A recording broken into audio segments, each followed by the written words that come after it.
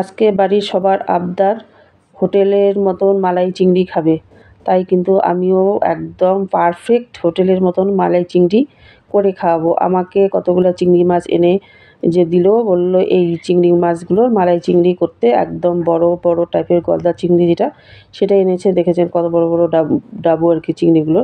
তো হোটেলের মতন মালাই চিংড়ি করলেও কিন্তু বাড়ির সবাই যে চিংড়ি মাছ হোটেলে যেটা পুরো ছালটা থেকে যায় আর কি, সেটা কিন্তু পছন্দ করে না।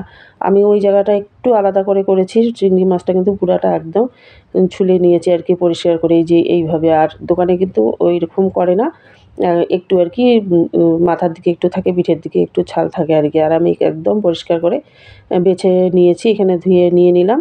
আর এই যে মশলাগুলো দেখেন, এখানে আদা বাটা জিরা বাটা করে একটা পেস্ট বানালাম। আরেকটা পেস্ট বানাচ্ছি কাজু কিশমিশ, সাদা সর্ষে, একটা টমেটো নিয়েছি, আবার একটু সাদা সর্ষে নিয়েছি, কালো সর্ষে সাদা সর্ষে দুটোই, আর দিলাম টক দই। এটা দিয়ে একটা পেস্ট বানিয়ে নিলাম।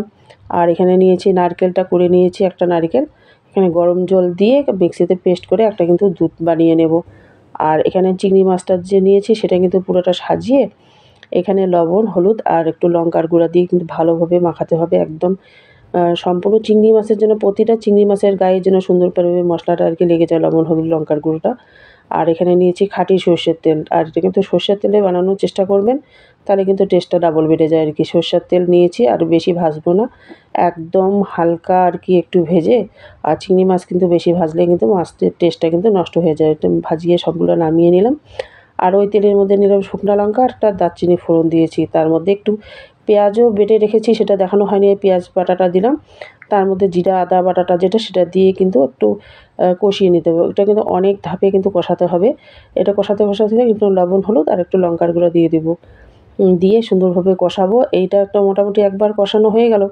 তার সাথে কিন্তু কষানোর পরে এই যে যেটা টমেটো, দই, কাজু কিশমিশ, কালো সর্ষে সাদা সর্ষের পেস্টটা করেছিলাম, সেটা দেবো। সেটা দিয়ে আবার একটু কষিয়ে নেব। এইটাও যখন একটু কষানো হয়ে যাবে, তারপরে যে নারকেলের দুধটা যেটা গরম জল দিয়ে মিক্সিতে পেস্ট করে নিলাম, সেটা ছাঁকনি দিয়ে ছেঁকে ওইটা বের করে নেব। প্রথমে গাঢ় দুধটা আর কি দিয়ে একটু কষিয়ে নেব।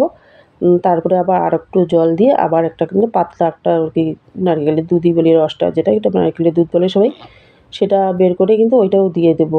আর এই নারকেলের দুধ না দিলে কিন্তু মালাই চিংড়িটা কিন্তু টেস্ট আসবে না।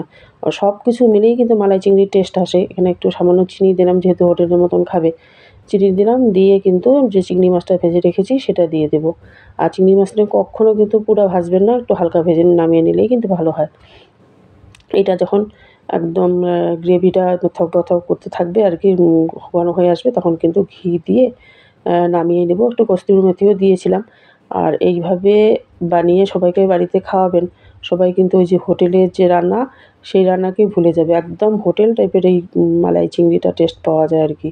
আর এই রান্না একবার খেয়ে কেউ আর হোটেলের কথা চিন্তা করতে পারবে না।